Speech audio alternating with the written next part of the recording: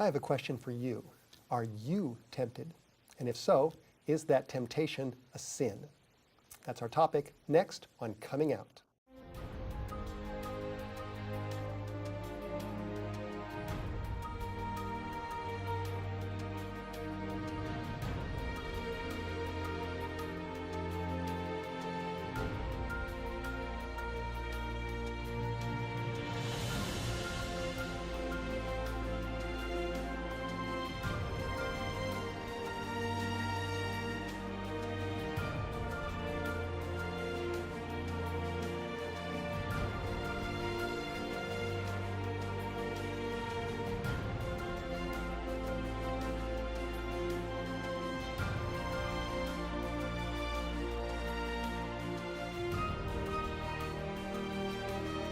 Welcome back to Program 7 of Coming Out. We are tackling tough topics, and we're doing it. Our goal is to do this compassionately and yet without compromise as we deal with issues of sexuality, bisexual, transgender, homosexuality, and the Bible and the grace of Jesus Christ. Our topic today has to do with temptation. Are you tempted? And I guess, gentlemen, Mike Carducci, Pastor Ron Woolsey, you've been with me throughout this series. The co-founders, two of the co-founders of Coming Out Ministries, that has a special calling to try to bring clarification and help to people that are struggling with these issues.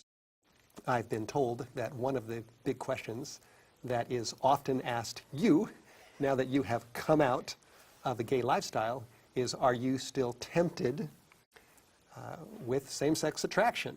So I'll just ask you, the question, or why do you get that question anyway? It seems like you get it a lot, don't you? Yes, we do. You want to go first? Go ahead, Ron. Okay. When I came to the Lord 22 years ago, I chose a new direction for my life. I was baptized 22 years ago, but Satan wasn't. And Satan is the primary source of temptation. Of course, other people can tempt. We're tempted as we're drawn away by our own lusts. But when I accepted Jesus, I was more tempted than ever. I dealt with very severe temptation after accepting Jesus. But I came away equipped as to how to deal with temptation so that I never went back in that direction. But we cannot always know when temptation is coming, and we don't need to be disturbed by it either. We have biblical reasons that we'll be talking about why we don't need to be disturbed by that. Mike? Well, I think that the general populace out there, they want to know, what a redeemed homosexual looks like. And, for so long in Christian culture, we basically said that, number one, that homosexuality can't be healed. And then on this other side, when you have people that are coming forward that may still have what we call residue, or leftover mannerisms that would point to effeminate, qualities, how is it that they can say that they have overcome homosexuality? One of the great things is that Ron, within a year was already in a relationship and got married and has a family and grandchildren. And yet for me, it was a very slow process of understanding that. When I got baptized, I was in a relationship, had a boyfriend, and I didn't want to give up my identity. I didn't even think it was possible. I was very comfortable in the lifestyle that I was in.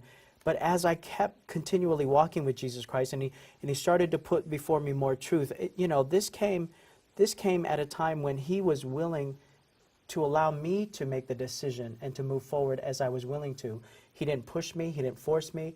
It was always my choice. And so that came longer about handing over my attractions and recognizing that they weren't, in line with his will for my life. And so for me, it's been a slow process. But what was amazing is to be in my mid-40s and to finally have my first attraction to the opposite sex. It was shocking, and imagine going through puberty twice, if you would. Wow.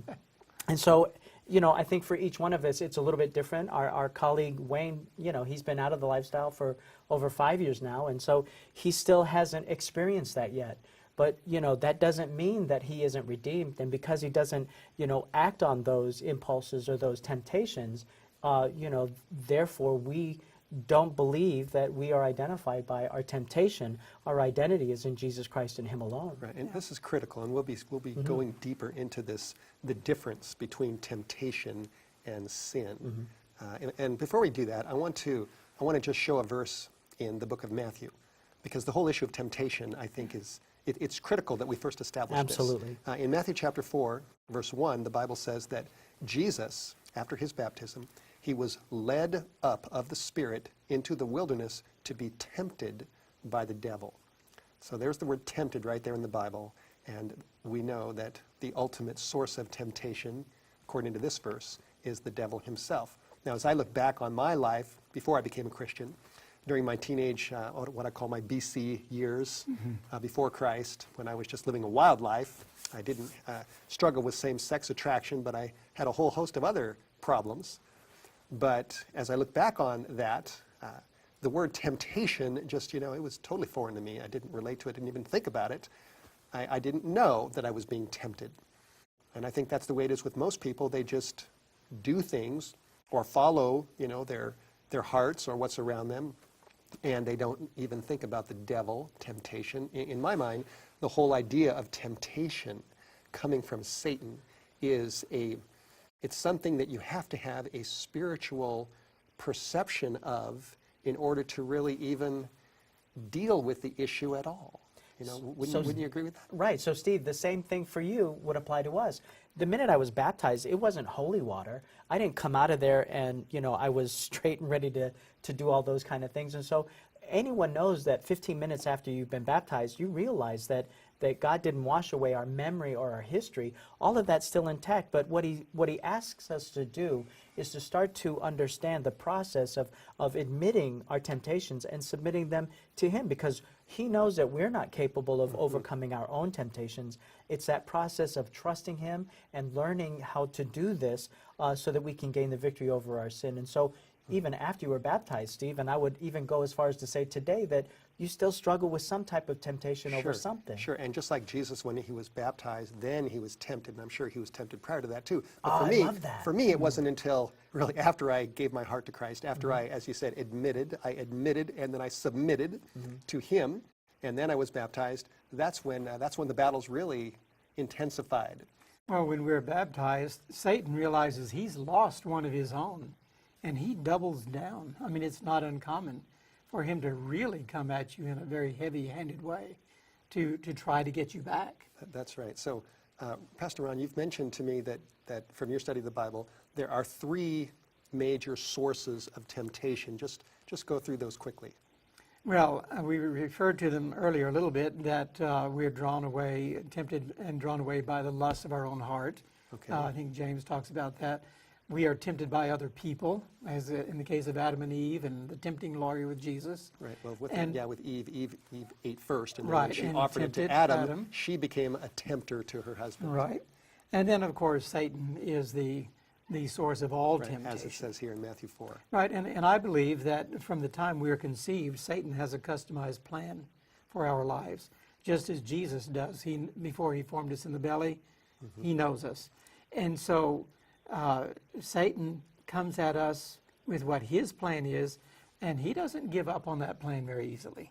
So temptation comes from the Bible. I mean, not from the Bible. In the Bible tells us temptation comes from Satan. Right. It comes from Satan working through people. Yes. And then it comes from our own, like James 1:14 says, we're drawn away by our own lusts, and we're enticed. I have been reading quite a bit to equip myself to get ready for this series, because I don't have that background, and I want to know as much as I can to be, informed on these topics. And I have read a number of testimonies from different men who have said that a long time ago they discovered that they had same-sex attractions for a man or a female for a woman, and they didn't like these attractions, they didn't want them, and they prayed that God would take them away. And after maybe 5 years of wrestling with this and the fact that they were still there, they finally just gave up and said, I'm going with this. And I think aren't there a lot of people out there that because they have these temptations, these attractions, then they just feel like there's no hope for them because they're still there, and then they take the plunge. Well, that was my story. I mean, I graduated from college with a degree in theology, but still wrestling with these thoughts and temptations in my mind, and I prayed for years that the Lord would take this away from me, and he didn't. So I began to blame him. I gave up on him. When I stopped praying about it and I started blaming him, then I fell into it. I had no protection anymore. But I had that same misconception, that I was polluted and corrupted by the nature of my temptations, and I thought that I was this way because of temptation. It was years later that through my study, that I discovered that I gave up on God. He didn't give up on me. Mm-hmm. I would say the same. At 17 years old, I prayed that God would take my life. I still was struggling with fantasy and masturbation, and I believed that God was limited in his ability to help me out of the thing that I was praying for. What was so profound to me is I was about 43 years old, 3 years after I'd been baptized, that I was telling somebody how I prayed that God would take my life. And I thought because he was indifferent to me or that he didn't care, that he just let me live and didn't heal me. And so at 20 years old, I walked away from church culture and I said, that's it. You know, I can't do this anymore. What was so amazing is that when God did address fantasy, pornography addiction, and all of that, I realized at 43 years old that God did hear my prayer, and he knew that I wasn't ready to be taken at 17 years old, and that he was going to let out the rope, if you would, and I was going to go through 20 years of sexual sin and degradation. But at 43 years old, when I realized that God indeed did hear my prayer and answer that, as he was able to take away the temptation and the addictive cycle for me. And so I see that I was praying for the wrong thing. It wasn't an issue of being straight. That was just a consequence of the brokenness that had begun with me even before I was conscious, from the rejection of my father and my rejection of him. And so I think that that's a problem that many people face. How wonderful that we have the opportunity now to encourage somebody who's still struggling with same-sex attraction, that your temptation is not sin. And if Jesus himself was on the cross and still tempted, then pretty much is telling us that we're going to experience temptation until that process has been completed. So I don't acknowledge or make my identity about my temptation. And as long as I understand what that difference is, and for 13 years I haven't had anybody in my bed, and so why would I want to be connected to the past? Because the Lord says that old things are passed away. Behold, all things have become new. And so my identity is in Jesus Christ today. And so temptation does come, but it's how we manage it that makes the difference. Mm-hmm. It's learning that relationship. I think... Oh, well, I'm sorry. I was going to say that in my study of the Bible, I've never found any place where we are promised that Jesus will remove temptation. What he promises is grace sufficient to deal with temptation. and I think as I've pondered this, it seems to me that a critical issue is the difference between temptation and sin. Yes. So why don't, Pastor Ron, I know you've got some verses in Hebrews you wanted to really focus on to establish that, and then we can draw the lessons from that. Why don't you do that? When I was in the world and trying to study, work out my own salvation with fear and trembling, I came across these passages and they gave me wonderful hope and courage. First of all, Hebrews chapter 4, verse 12, for we have not an high priest which cannot be touched with the feeling of our infirmities, but was in all points tempted like as we are, yet without sin. When I read that, I realized temptation is not sin. I threw in the towel years ago over temptation. I had never even willingly participated in this Did you say verse 12? Verse 15. Verse 15. Yeah. Yes, it's Hebrews 4, verse 15. And as I was sharing my testimony with a professor at a university, a theological professor, one time I shared my testimony and I shared this verse.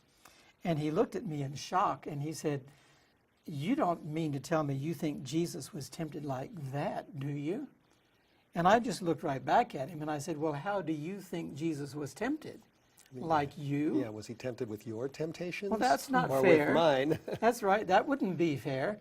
I said, I don't want to get into all of the details about what this means, but please don't take this text away from me.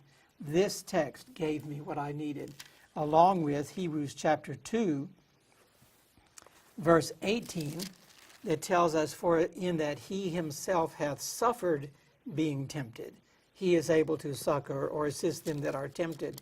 That told me that Jesus struggled with temptation. And that's what we've done, in our past. We really struggled with this issue. And so it's okay to be tempted. It's okay to struggle with it. That still doesn't mean that you are involved in sin. And then when I read Hebrews chapter 12, verse 4, talking about Jesus, referring to Jesus, it says here, ye have not resisted unto blood, striving against sin. In other words, you, like Jesus did resist unto blood, striving against sin. And we haven't done that yet. And that told me that Jesus suffered and struggled with temptation until his last breath on the cross. I have not chosen at this point to die rather than sin. I've not been faced with that option or that struggle or that situation. But Jesus chose to die rather than yield. So as I put these three texts together about Jesus, I realized I can trust this man with my life, with my salvation. He understands me. He understands the nature of my temptations. He has the answers.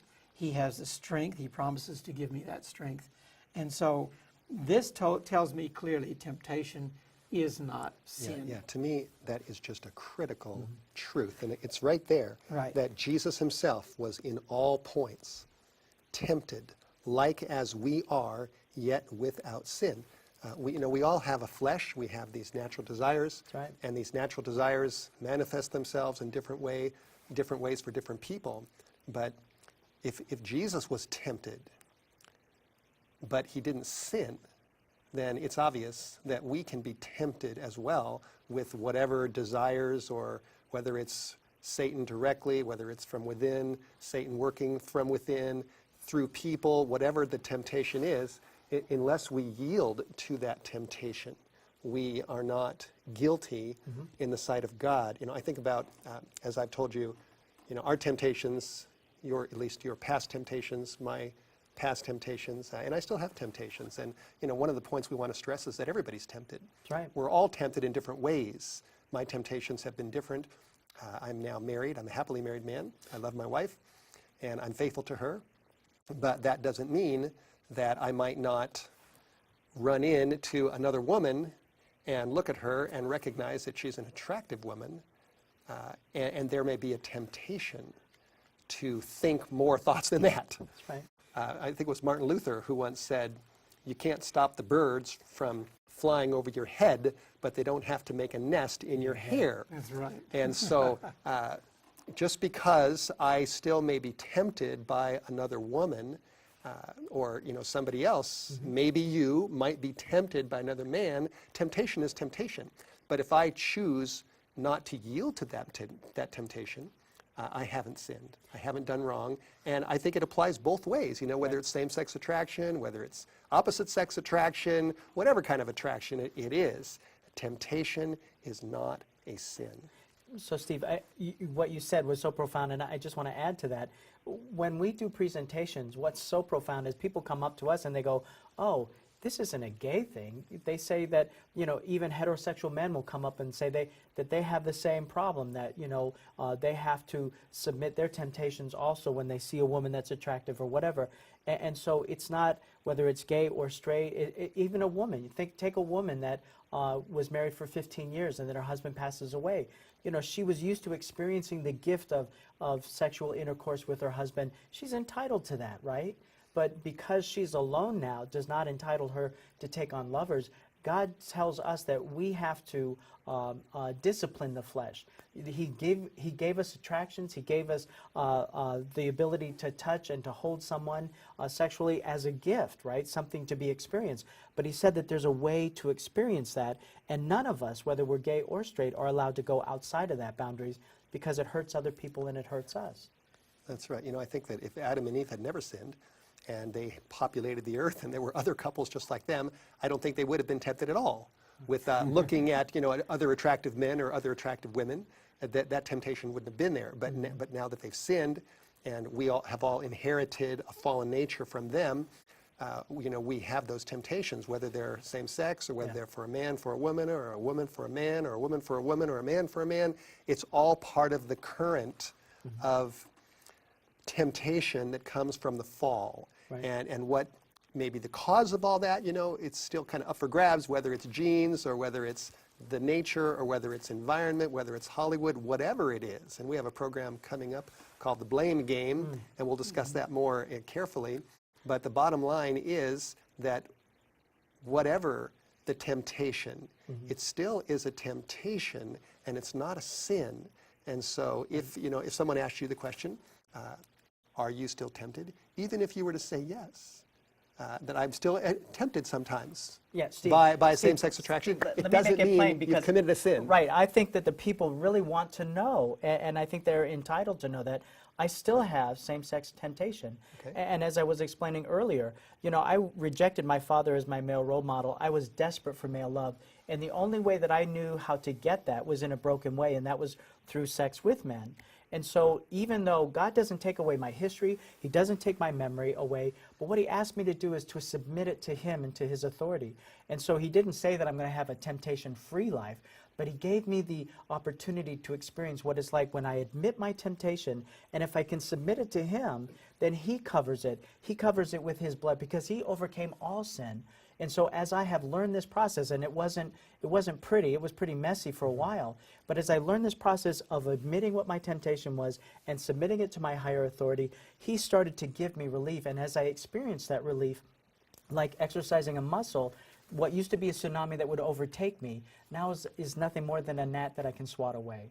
And that's the process I believe that the Lord's bringing us through. But, I would be lying to say that that was a past temptation, but what I am learning how to do is to take the temptation and submit them to Jesus, and he covers them for me. And when I feel the most tempted is when I feel emasculated, or when I feel like I'm not man enough, or well, it's when I don't feel that I'm worthy. And so I go to God and I pray and I say, Lord, can you remind me again that you made me male? Can you remind me again that I'm your man?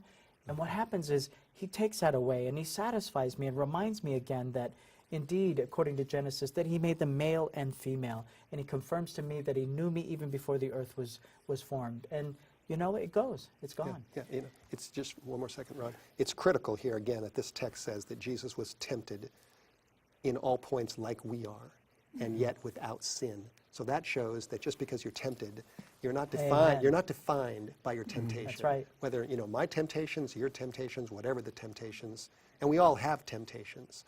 We're not defined by our temptation. We're defined by the choice whether we're going to yield to that temptation, That's right. or whether we're going to submit our lives to God and say no. Okay, Ron. Conventional thinking today is really contrary to biblical principles. For example, conventional thinking says once an alcoholic, always an alcoholic. Once a pedophile, always a pedophile. Once gay, always gay. But Jesus himself says, if the Son therefore set you free, you are free indeed. That's right. And I think the reason, Steve, that this question keeps coming up is because of conventional thinking. And people, sometimes the question comes up as an entrapment question. Sometimes it's a genuine question. People really want to know. So often it comes from conventional thinking that if you are ever tempted in this way, then you are still of that orientation. You haven't been changed. And they're not realizing the beauty of the gospel, that if the Son therefore set you free, you are free indeed. Temptations may come and go, but God's grace is sufficient for every one of them. That's right. And whatever the nature of the temptation is. And that's what we need to understand according to the Bible. Right. That we're all tempted. And the temptations, people that prayed for 5 years, God changed me, and they still were tempted, then they thought, well, he didn't answer my prayer. But the reality is that God doesn't promise to take away all temptation. He doesn't promise to take away the flesh. Jesus was tempted all throughout his life, but he said no. And we will still be tempted. We're all tempted in one way or another, and we're going to be tempted all the way until, the very end, or at least right before the end when the doors close. But we've learned how to deal with temptation. That's the critical point. We've learned that our temptations don't define us, that they come from the devil or from the flesh or from the world or from people that Satan is using, but we have learned to submit those temptations to God. As the Bible says in James chapter 4, I believe it is, submit to God, resist the devil, and he will flee from you. Exactly. We've learned to say no. And that's what God is looking for. He's looking for people that are willing to choose to say no and to surrender to Him. And those that do that, they can have the forgiveness and the grace and the power and the peace of Jesus Christ in their life and a clean conscience, which is a wonderful thing. You know, I used to be a pilot, and I never let the crosswind, the headwind, the tailwind, or the violent storm determine where I landed. And as Christians, we need not let the tailwind, the headwind, the crosswinds, or the violent storms of Satan determine our journey and our destination either. That's true. That's great. We all need that. This Right. is critical. As we get down near the end, let's take a look at one more verse. 1 Corinthians chapter 10, verse 13. 1 Corinthians 10:13, I think, is just so powerful. And you know, I think, like I said, like we've said, I think a lot of people, you know, think because certain people have same-sex attractions, that they're in a category that's so totally different from them. But we all have to realize that maybe your temptation is not my temptation, but I'm tempted too. And we all have temptations. That's right. And they all come from the flesh or the devil or the world. And we all have a responsibility to God to say, no, I'm not going to do it. 1 Corinthians 10, verse 13. The Bible says, there is no temptation that has overtaken you, but such as is common to man. We all have temptations, whatever they are. But God is faithful. This is the key. God is faithful. Amen. And He will not allow you to be tempted above that which you are able, but will, with the temptation, also make a way of escape, that you may be able to bear it. The Bible does not say that God is going to remove all temptation from your life, but He does say that He is faithful, and He will give you the power, and He will give you the strength so that you will not buckle under to that temptation. That is what God is looking for in people today. Men, women, children. He's looking for all of us to take a stand, to say no, that we're going to follow His word and not yield to temptation. If you would like to order the 13-part Coming Out series for $34.95 plus shipping, call 1-800-782-4253 or write to White Horse Media, P.O. Box 1139, Newport, Washington 99156. Pastor Ron Woolsey, Wayne Blakely, and Mike Carducci are each available to conduct a seminar in your area. To schedule a speaking engagement, contact Coming Out Ministries by calling 360-936-8514 or visit comingoutministries.org.